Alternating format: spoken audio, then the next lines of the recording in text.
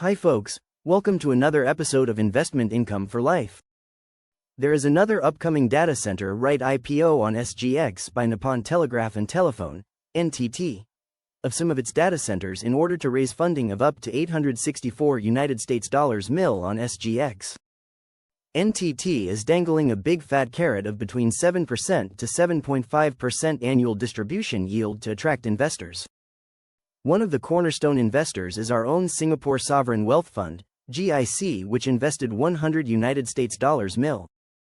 Nevertheless, my personal view is that NTT data center REIT will just be another ticking time bomb, and I will be staying far away from this REIT for three main reasons.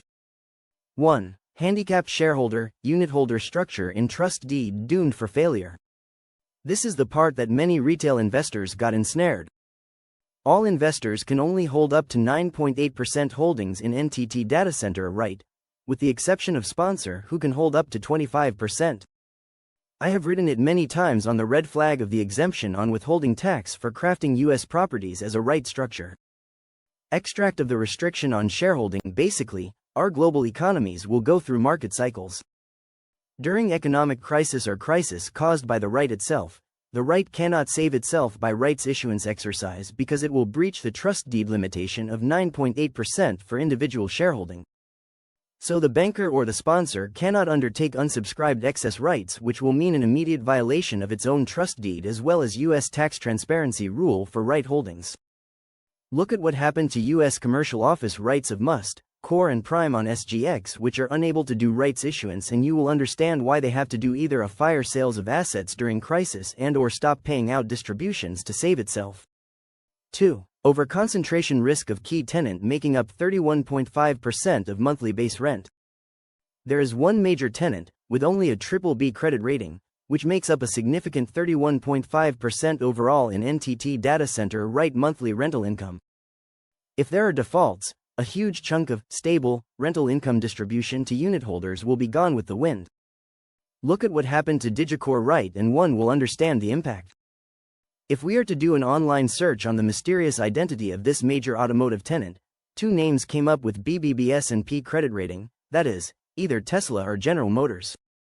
Both are not exactly in a good financial state, if you know what I mean. 3. Forex risk. Most of the assets are located in US. 4 out of the 6 injected properties are based in the US, and this current data center REIT is also priced in USD. This will mean a forex risk to SG investors. I am not exactly sure whether this is the right time to be vested in so much US assets, especially with the crazy antics by Donald Trump. Parting thoughts. Personal view. Interestingly, the sponsor has highlighted the low 35% leverage ratio will help NTT data center REIT expand in future. But as alluded to point 1 above, NTT data center REIT most likely is destined for private placements route for future acquisition. The problem with such REIT structure is that it can only raise funds from existing unitholders during good times. During crunch times, retail investors will be faced with severe dilution as the sponsor and management will have to turn to private investors to raise fundings.